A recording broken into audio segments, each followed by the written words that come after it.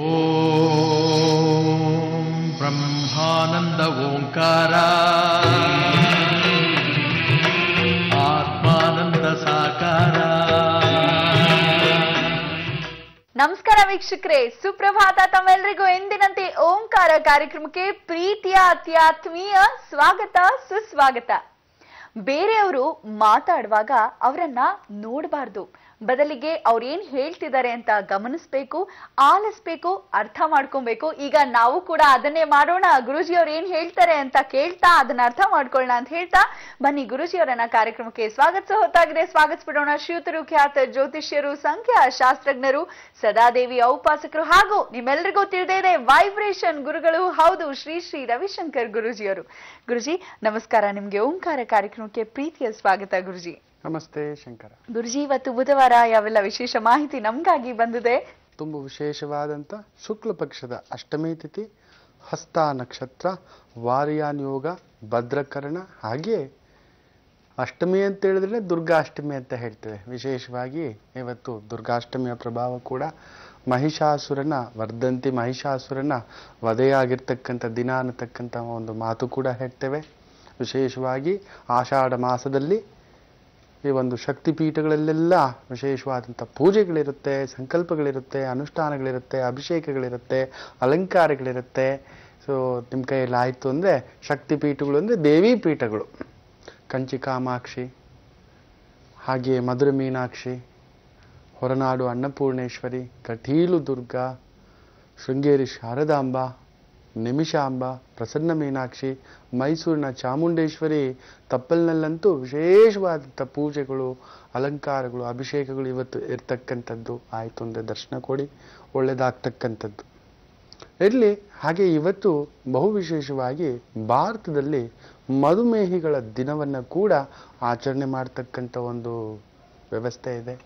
ಎಲ್ಲೆಲ್ಲೂ ಇನ್ನು 2025 ಪ್ರತಿ 5 ಜನರಲ್ಲಿ 3 ಜನಕ್ಕೆ ಮಧುಮೇಹ ರೋಗ ತಟ್ಟತಕ್ಕಂಥದ್ದಂತೂ ಕಾಯಂ. ಇವತ್ತೇ ನಾವು ನೋಡಿದ್ರೆ 10 ಜನರಲ್ಲಿ ಕಡಿಮೆ ಅಂದರೂ 3 ಜನಕ್ಕೆ ಡಯಾಬಿಟಿಸ್ ಪ್ರಾಬ್ಲಮ್ ಆಗಿಬಿಟ್ಟಿದೆ. ಆ ಒಂದು ಊಟದ ನಿಯಂತ್ರಣವೋ ಏರುಪೇರುಗಳೋ ಏನೋ ಒಂದು ಗೊತ್ತಾಗ್ತಿಲ್ಲ. ಕೆಲವರು ಹೇಳ್ತಾರೆ ನಾಗರಿಕತೆಯ ಭಾವ, ಕೆಲವರು ಹೇಳ್ತಾರೆ ಕರ್ಮಗಳ ಭಾವ, ಪಾಪಗಳ ಭಾವ ಅನ್ನತಕ್ಕಂಥದ್ದು. ಪ್ರತಿಯೊಂದು ಕುಟುಂಬದಲ್ಲೂ ಒಬ್ಬ ಮಧುಮೇಹ ರೋಗಿ ಇರಲೇಬೇಕು ಅನ್ನತಕ್ಕಂಥದ್ದು. ಅಂಥದ್ರಲ್ಲಿ ಇವತ್ತು ಆ ಒಂದು ಮಧುಮೇಹ ರೋಗಕ್ಕೆ ಶ್ರೀಫಲ ಅನ್ನತಕ್ಕಂಥ ಒಂದು ವಿಶೇಷವಾದಂಥ ಮದ್ದನ್ನು ನಾನು ನಿಮಗೆ ಹೇಳ್ತೇನೆ. ಸಂಸ್ಕಾರ ವಿಭಾಗದಲ್ಲಿ ಕಾದು ನೋಡಿ, ತುಂಬ ಅದ್ಭುತ, ಮನೆಯಲ್ಲೇ ಮಾಡಿಕೊಳ್ತಕ್ಕಂಥ ಅದ್ಭುತವಾದಂಥ ಮದ್ದು. ಅದನ್ನು ನಿಮ್ಮ ನಿಯಂತ್ರಣದಲ್ಲಿ, ಮಧುಮೇಹ ರೋಗ ಅನ್ನೋದು ಒಂದು ಕೊರತೆ ಅಷ್ಟೇ, ಅದರ ಹಿನ್ನೆಲೆ, ಅದಕ್ಕೆ ಯಾವ ಗ್ರಹ ಕಾರಣ, ಅದಕ್ಕೇನು ಮಾಡ್ಕೋಬಹುದು ಅನ್ನೋದನ್ನು ಸಂಸ್ಕಾರ ಭಾಗದಲ್ಲಿ ಹೇಳ್ತೇನೆ. ಇಲ್ಲಿ ಪ್ರತಿನಿತ್ಯ ಏನಾದರೂ ಒಂದು ಚಿಂತನೆಯ ಮೂಲಕ, ನಿಮಗೊಂದು ಪುಟ್ಟ ಕಥೆಯ ಮೂಲಕ ಏನಾದರೂ ಒಂದು ವಿಶೇಷ ತಿಳುವಳಿಕೆ ಕೊಡ್ತಿರ್ತಕ್ಕಂಥದ್ದು. ಇವತ್ತೊಂದು ಮಾತು ಹೇಳ್ತೇನೆ, ಇದನ್ನು ಸೂಕ್ಷ್ಮವಾಗಿ ಗಮನಿಸಿ. ಇದು ಒಂದು ಮಾತಿಂದ ಇಡೀ ಮಹಾಭಾರತ ಯುದ್ಧ ನಡೀತು ಅಂದರೆ ನೀವು ನಂಬೋದಿಲ್ಲ. ಇಡೀ ಮಹಾಭಾರತ ಯುದ್ಧ, ಇಡೀ ಕೌರವರ ಸರ್ವನಾಶ, ಕುರು ಸಾರ್ವಭೌಮನ ಒಂದು ಸರ್ವನಾಶ, ಕುರು ವಂಶದ ಒಂದು ಸರ್ವನಾಶ. ಅಂದರೆ ಯೋಚನೆ ಮಾಡಿ ನೋಡಿ, ಮಾತು ಆಡಿದ್ರೆ ಹೋಯ್ತು, ಮುತ್ತು ಒಡೆದ್ರೆ ಹೋಯ್ತು ಅಂತ ಹೇಳ್ತೇವೆ. ಒಂದೇ ಮಾತು, ಒಂದು ಹೆಣ್ಣುಮಗು ತುಂಬಿದ ಸಭೆಯಲ್ಲಿ ತಮಾಷೆಯಾಗಿ ಆಡಿದಂಥ ಒಂದು ಮಾತು ಸುಟ್ಟು ಹಾಕ್ಬಿಡುತ್ತೆ. ಅಜ್ಞಾತವಾಸ, ವನವಾಸಗಳು, ಎಲ್ಲರೂ ಹೊರಟೋಗ್ತಾರೆ. ಅಲ್ಲಿ ಪಕ್ಷಭೇದ ಮರೆತು ಅಮ್ಮ, ಅಪ್ಪ, ಅಣ್ಣ, ತಮ್ಮ, ಅಕ್ಕ, ತಂಗಿ, ಅಜ್ಜ, ತಾತ ಯಾವುದೂ ಇಲ್ಲ. ರಾಜ್ಯದ ಮೋಹ ಹುಟ್ಟು ಬಿಡುತ್ತೆ, ಅಧಿಕಾರದ ಮೋಹ ಹುಟ್ಟು ಬಿಡುತ್ತೆ, ಅಹಂಕಾರ ಹುಟ್ಟು ಬಿಡುತ್ತೆ, ದುರಹಂಕಾರ ಹುಟ್ಟು ಬಿಡುತ್ತೆ, ನನ್ನದು ನಾನು ಅನ್ನತಕ್ಕಂಥ ಒಂದು ತುಮಲ ಹುಟ್ಟು ಬಿಡುತ್ತೆ. ಬರೀ ಒಂದು ಮಾತು, ಒಂದೇ ಒಂದು ಮಾತು, ಅಂಧಸ್ಯ ಪುತ್ರ ಅಂಧ ಅನ್ನತಕ್ಕಂಥ ಒಂದೇ ಒಂದು ಮಾತು.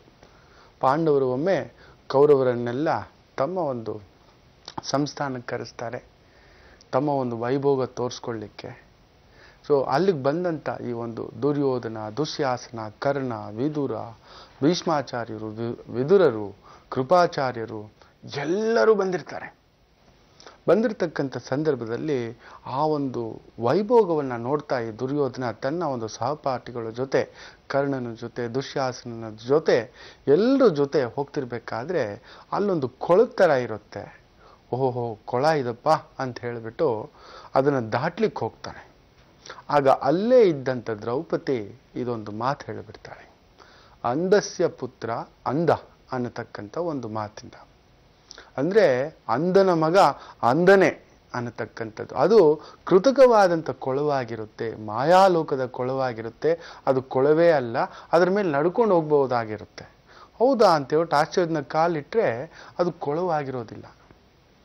ಆಗ ಅವನಿಗೆ ಬಂದಂಥ ಸಿಟ್ಟು ತುಮಲ ಜೀವನ ಪರ್ಯಂತ ಬೇಟ ಆಡುತ್ತೆ. ಅಷ್ಟು ಜನದ ಮುಂದ್ಗಡೆ ಒಂದು ಹೆಣ್ಣು ನನ್ನನ್ನು ಅಂಧನೆಂದು ಬಿಟ್ಲು, ಅಂಧನ ಮಗ ಅಂಧ ಅಂದುಬಿಟ್ಲು ಅಂತ ಹೇಳಿ ಆತ ಆ ಮನಸ್ಸಿನಲ್ಲಿ ಹಠ ಕಟ್ಟಿ, ಛಲಕ್ಕೆ ಸವಾಲು ಅಂದರೆ ದುರ್ಯೋಧನೊಬ್ಬನೇ.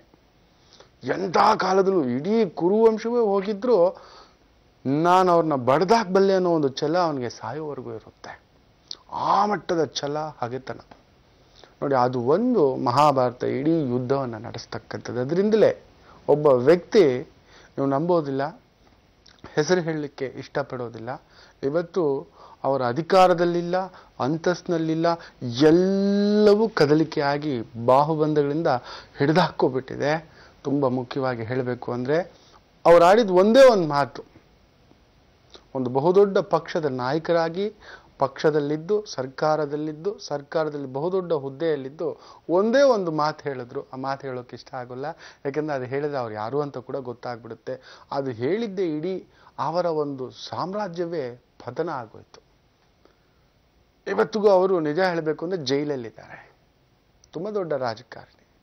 ಸೊ ಕದಲಿಕೆ ಆಯಿತು ಅಂದರೆ ಆ ರೀತಿ ಇರುತ್ತೆ. ಅದಕ್ಕೆ ಮಾತಾಡಬೇಕಾದ್ರೆ ಯೋಚನೆ ಮಾಡಿ ಮಾತಾಡಬೇಕಾಗುತ್ತೆ. ಕೆಲವೊಂದು ಸ್ಥಾನಗಳಿಗೆ ಹೋದಾಗ ಎಚ್ಚರಿಕೆ. ಸೊ ಇನ್ನು ಮೇಲೆ ನೀವು ಕೂಡ ಅಂಧರಾಗೋದಿಲ್ಲ. ಸುತ್ತಮುತ್ತಲದನ್ನು ನೋಡಿ ಒಂದೊಂದು ಸಮಯ ಸುಮ್ಮನೆದ್ದು ಬಿಡಬೇಕಾಗುತ್ತೆ. ಹೋಗೋ ಅನುಭವಿಸ್ಕೊಂಡು ಹೋಗ್ತೀರಾ, ಏನೋ ಮಾಡ್ಕೋ ಹೋಗ್ರಿ, ನೀವೇ ದೊಡ್ಡವರಪ್ಪ ಅಂತ ಅನ್ಕೋಬಿಡಿ. ಗೆಲುವು ನಿಮ್ಮದಾಗ್ತಕ್ಕಂಥದ್ದು ಇರಲಿ.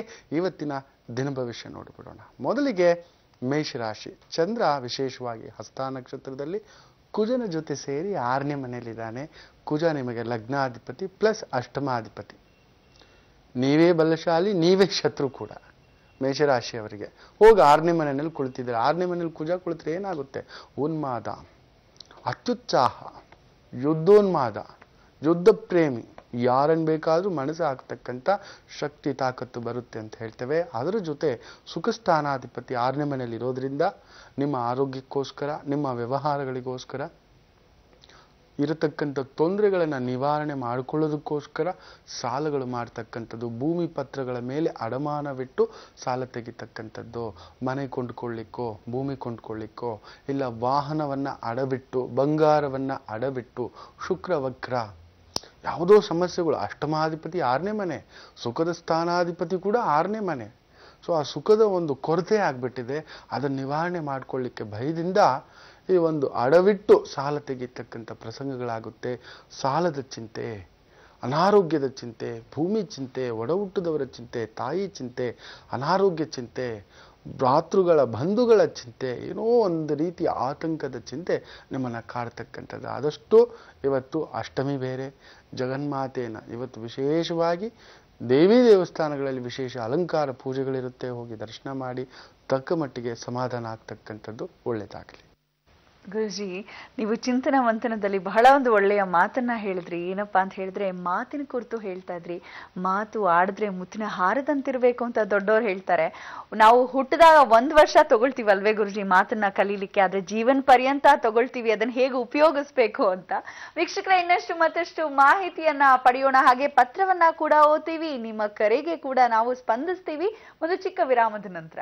ಓಂ ಬ್ರಹ್ಮಾನಂದ ಓಂಕಾರ